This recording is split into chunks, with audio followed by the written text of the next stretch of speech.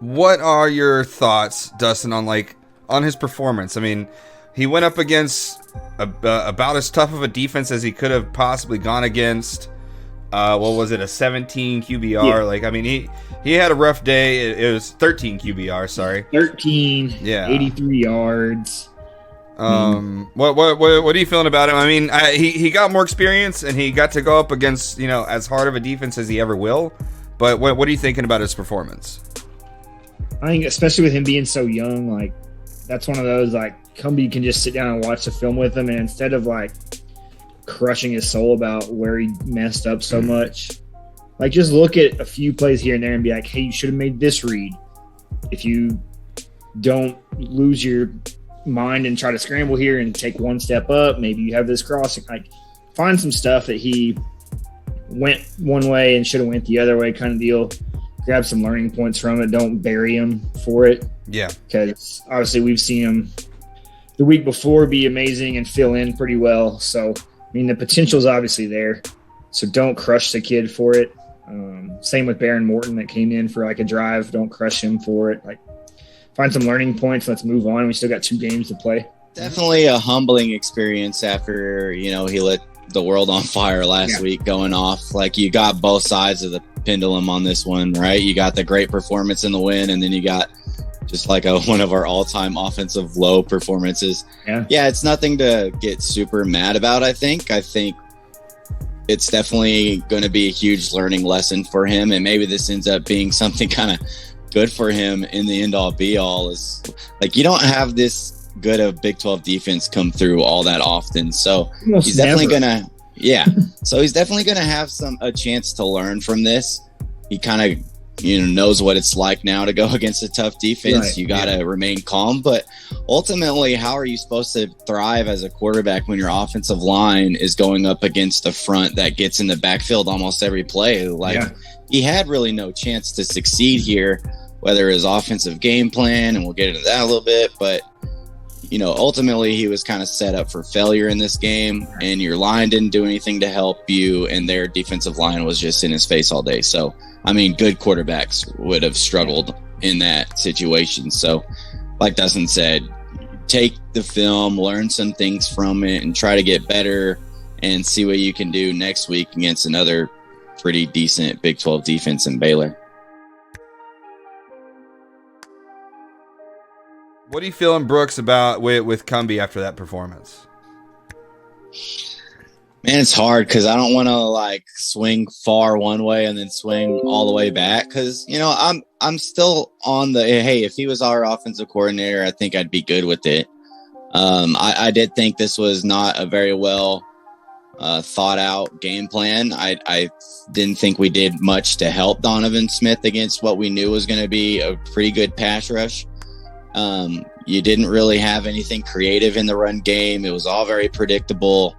But then at the same time, it's kind of just like, what are you supposed to do in that situation? And so I don't know. It wasn't a good look, like having them 100 yards of total offense and scoring 0 points at home is not going to look good, especially when you're kind of auditioning for a job. So kind of just as good as he did last week offensively, this kind of washed it for me.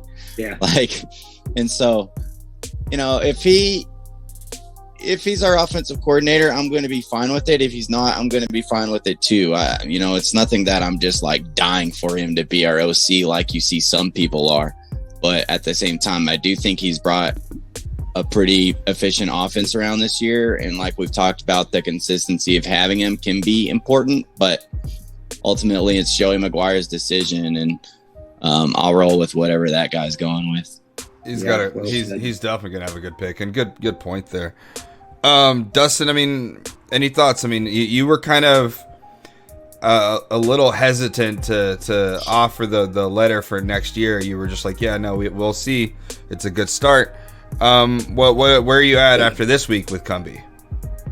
Yeah, I think Brooks kind of nailed it. It's like you got both sides of the bookends here, like the super bad and the super good from last week, and more like how does he bounce back in the next 2 games over the next month, and obviously be able to put up some 28, 35, 40-point games, if our defense is going to show up and play pretty well like we did, you would kill for our defense to hold teams to 23 points and our punter to be bombing stuff. And it's like, oh, but you scored 0.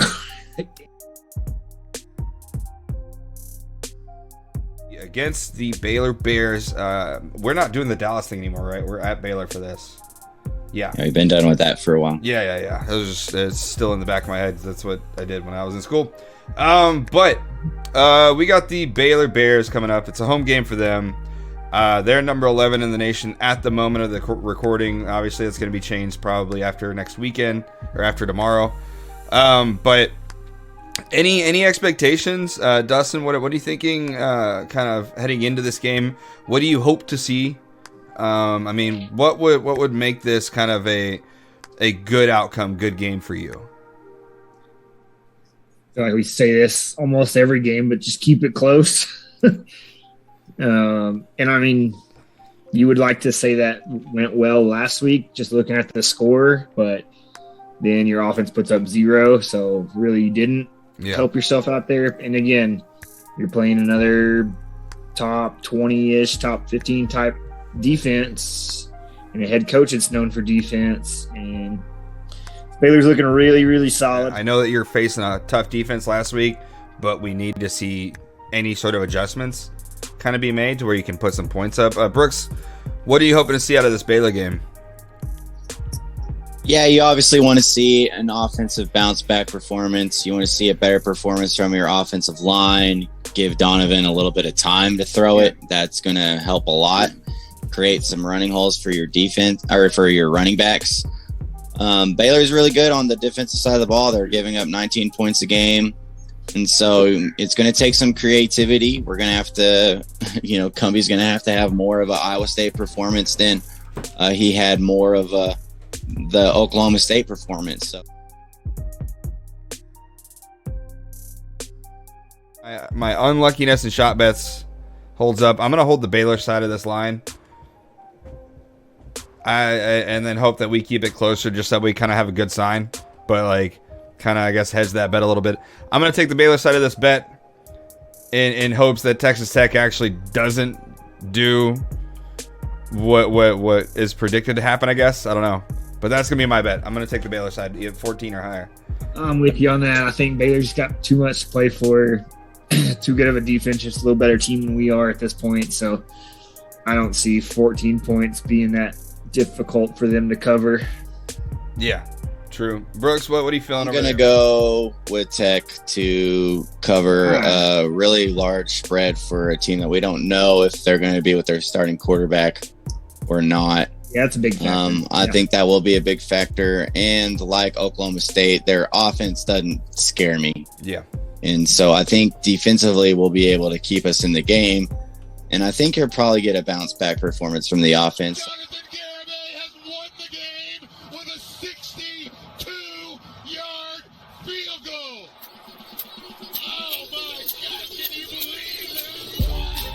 Catch y'all at the next tailgate.